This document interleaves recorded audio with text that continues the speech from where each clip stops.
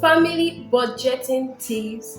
Hi, welcome back to this channel. My name is Mines Timothy, and today we'll be learning how to budget for your family. It's paramount that you live a budgeted life, that nothing goes in. Remember that you have young people with you, have kids, you have like you're now a family person or you are still become a family person. So we're going to learn how to budget for your family. Are you ready? Okay, so there are key things that you need to note. Number one is your income. So what income is coming into your family. So there is a difference between revenue and income, right? So revenue is everything inflow that comes into your account or into your family, your wife and your husband, right? So now your revenue is every inflow, but your income is revenue minus expenses. So when you have spent everything that you need to spend, all the expenses made, what is left is your income. So you need to check your revenue, you need to check your income, and you need to note your expenses. And this is basically on the woman.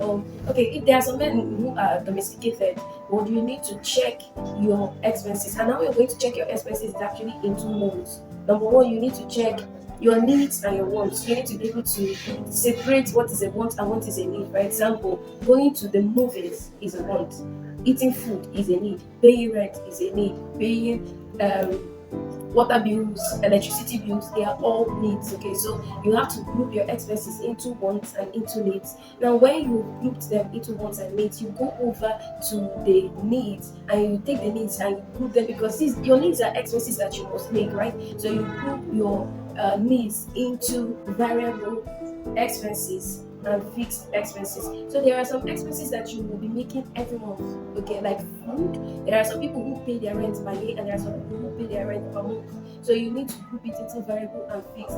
When it comes to food, so food can be variable because the prices of food actually increases. So, but you need to know and ensure that every monthly expense that you need to make, that you cover it, right? So you list them out, everything. In my home, we know how much it takes to run our home for 1 month, all right? And you need to be able to check that. So what you do is that if you are not able to check it probably monthly, you can check weekly. How much does it take or will it take to run your home per week? So you multiply it by 4. So assuming that what it takes to run your home per week is actually 50,000 naira, when you multiply it by 4, you know that what you require to run your home is 200,000 naira. Those are the basic, your needs, everything all put together, the minimum that you need.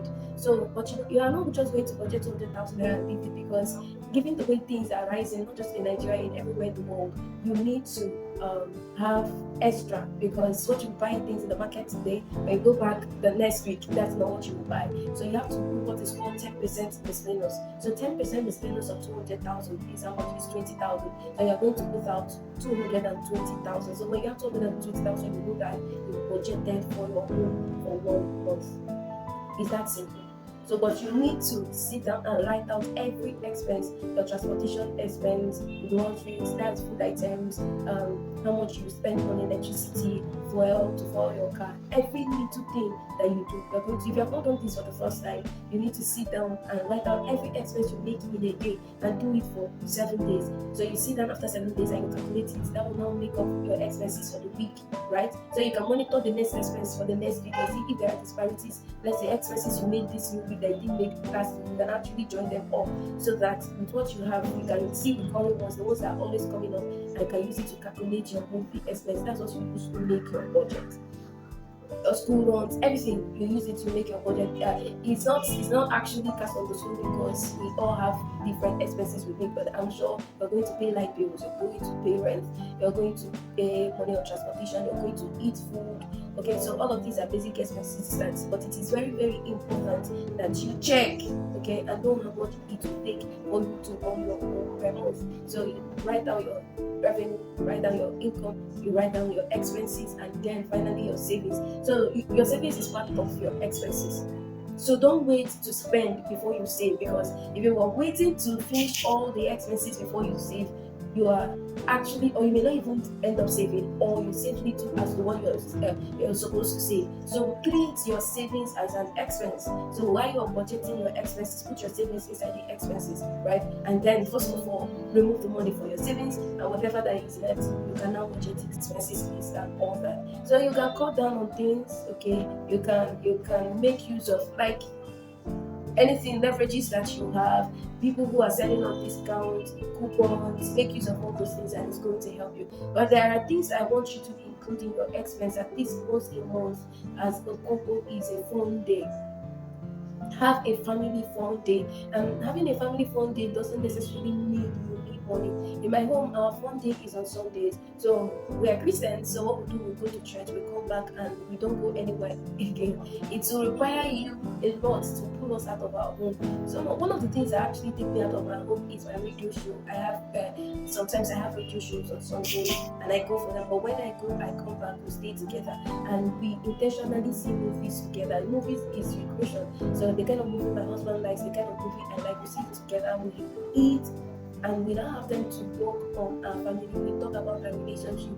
Were there things I did that you didn't like? Were there things you did that I didn't like? We have a lot of appraisal. Then we set our goal for the new week, what we should do for the new week, how we want to improve, and all that. That's how we do our fun day.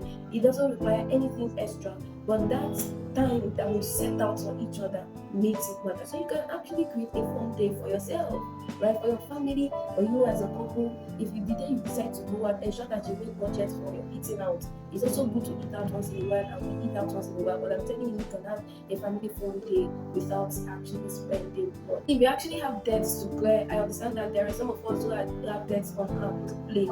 It's important that you clear those debts. Okay, so you also apportion some funds to clear your debt. So your expenses will include your savings, will include your needs. It may include a little of your wants or no wants if you are in debt, and then your debts. You have to be paying something in every month to clear your debts. These are the things you need to do. And I encourage you to pull your resources together as a couple. Is going to help you. Don't do this is my money, this is our money. You've come to build. Alright? So if your wife will be handling everything about food and you're handling school fees, rent, capital investments and all that, put your hands together with your wife. You are now married and you're one, and it will help you to budget appropriately for your family. Don't run your family with anything that comes, alright?